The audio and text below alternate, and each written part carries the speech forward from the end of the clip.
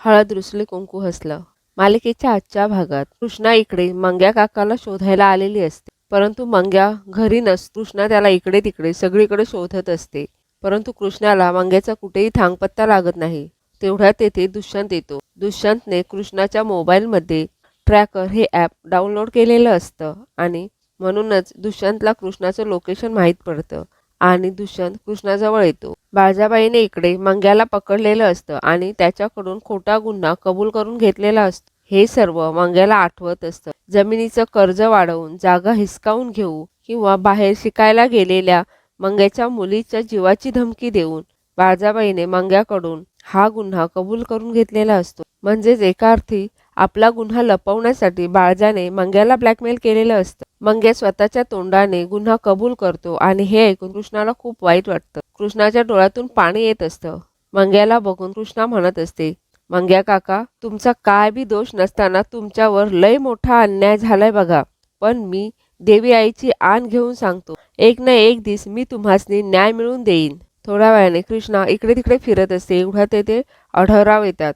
कृष्णा आढळरावांना म्हणत असते, आबा, मंग्या काका असा नाही आहे. तो असा कधीच वागू शकत नाही.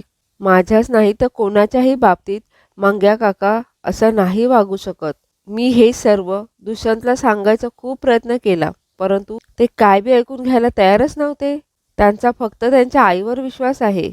आढळराव म्हणतात, तीच तर कमाई आहे या बाळजाची, दुष्यंतच्या मनात असलेला तिच्यावरचा विश्वास. पुढे कृष्णा आढळरावांना म्हणत असते की माझे हात दगडाखाली आहेत. त्यानंतर ती बाळजाबाईने तिला दिलेल्या धमकीबद्दल आढळरावांना सांगते.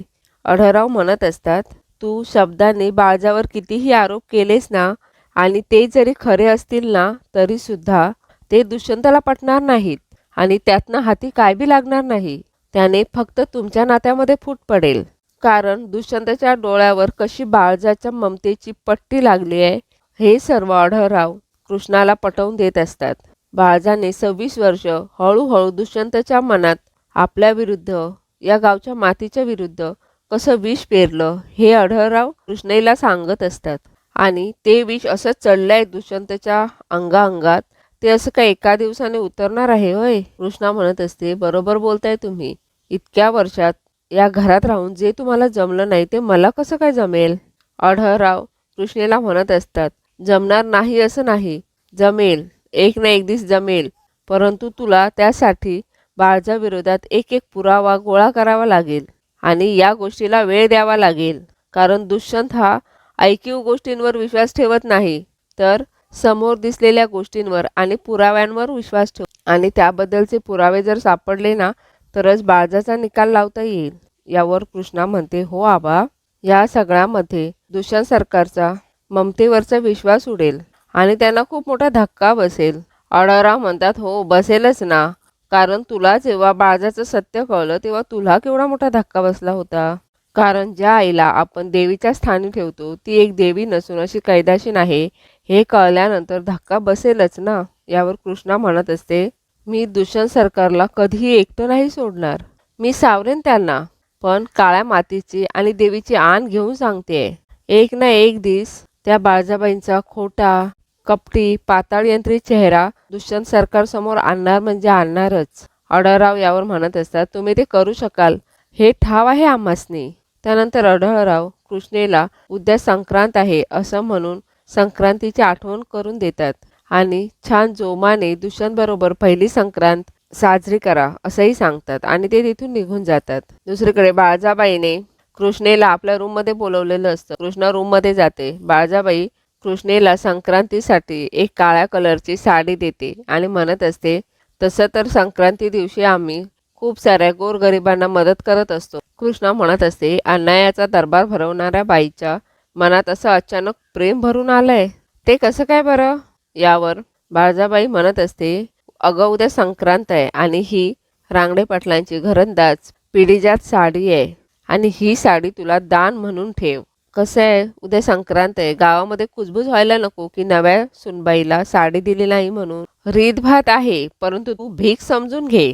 कृष्णा म्हणत असते, अहो रीतभात राहू द्या तो, परंतु तुम्ही कधीपासून रीतभात पाळायला लागलात? तुम्हाला फक्त एखाद्याचा जीव कसा घ्यायचा हे कळतं. लोकांच्या जीवनाची माती कशी करायची हे कळतंय.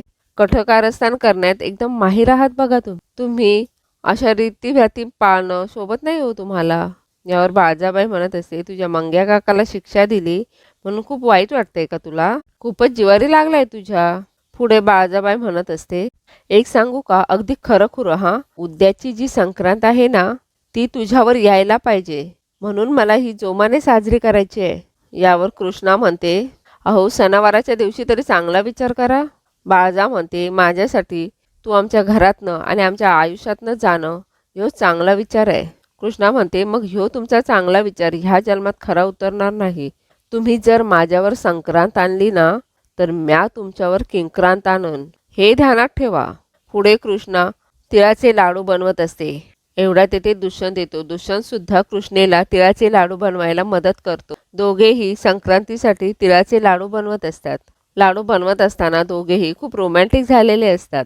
या मालिकेच्या पुढील भागात आपण पाहणार आहोत, पूजा दुष्यंतच्या गळ्यात पडून मोठमोठ्याने ओरडत असते, दुष्यंत मला प्लीज सोडू नकोस. परंतु दुष्यंत पूजाला दूर करत असतो, परंतु पूजा बाजूला जात नसते. एवढ्यातच तेथे कृष्णा येते.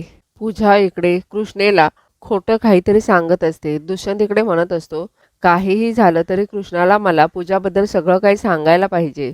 कृष्णा इकडे म्हणत असते, पूजा मी सबूत देतो तुला, मी तुझ्या पायाशी आणून ठेवेन त्याला. दुष्यंतने पण पूजाबद्दल कृष्णाला सांगायचं ठरवलेलं असतं आणि तेही संक्रांतीच्या दिवशी.